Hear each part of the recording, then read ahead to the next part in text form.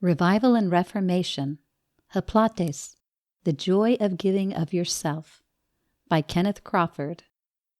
Kenneth Crawford, Master of Arts, retired pastor, administrator, and author, College Place, Washington, United States. She lifted her weary head from the pillow and listened, tilting her head to one side, sending her thin gray hair flowing across the pillow. Another blizzard shook the old parsonage.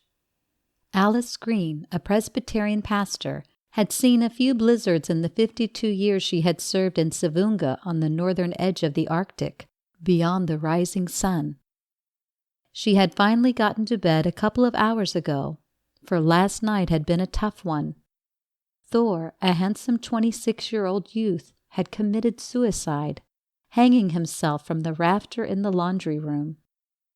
Thor had attempted suicide 6 months ago. However, his girlfriend happened to come in and grabbed his legs, holding him up till help came. This time there was no one to help.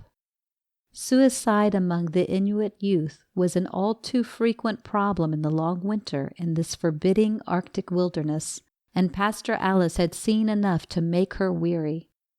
We were about to witness it ourselves.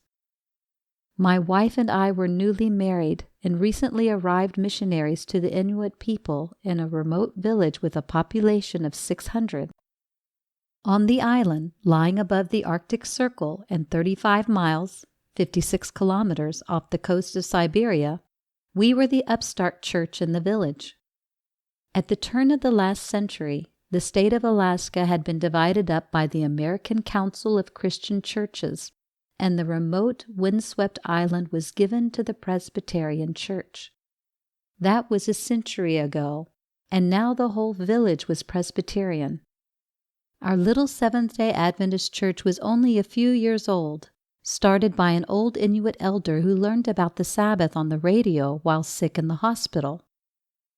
For the first month in Savunga, I observed Pastor Alice from a distance, a little too shy to be assertive or friendly.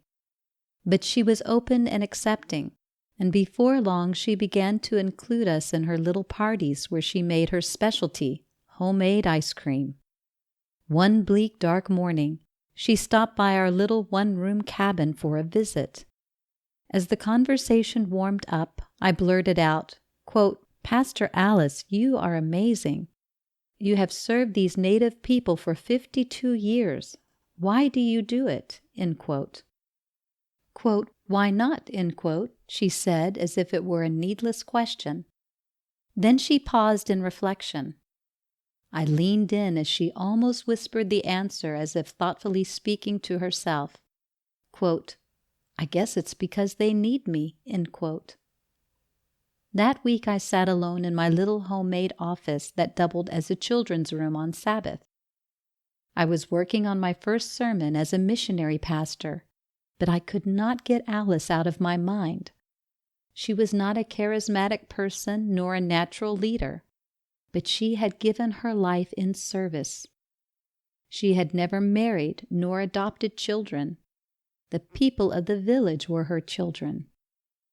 I reflected on her 52 years as a pastor, the children she had seen born, the funerals she had conducted, and the people she had grown to love. Our paltry commitment of 2 years as missionaries seemed just plain insignificant. As I studied for my sermon to my little congregation of 3 church members plus my wife, I was drawn to Romans 12 and the emphasis on spiritual gifts. The second spiritual gift, listed right behind prophecy, is service, and it must have been significant to Paul to place it there. A child of God may not be able to prophesy, preach, or teach, but they can show their love for Jesus in loving deeds of service. A little later, Paul used an interesting Greek word, Haplotes. It's a bit difficult to translate, but in today's language it probably means, quote, "the sheer joy of giving of yourself," end quote, either seen or unseen, and with or without recognition, praise, or acknowledgement. Few today realize that Haplotes, simple kindness, or just humble hospitality is the lifeblood of the body of Christ, and it was the lifeblood of Pastor Alice. Pastor Alice had made a significant choice, a life-altering choice, to practice Haplotes, the joy of giving of yourself, for 52 years on a remote island to the Inuit people who needed her.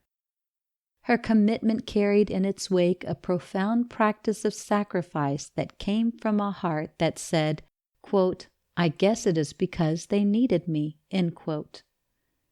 As our perfect model, Christ was a steward of the grace of heaven on earth because we needed him. He came to serve, to minister, to love.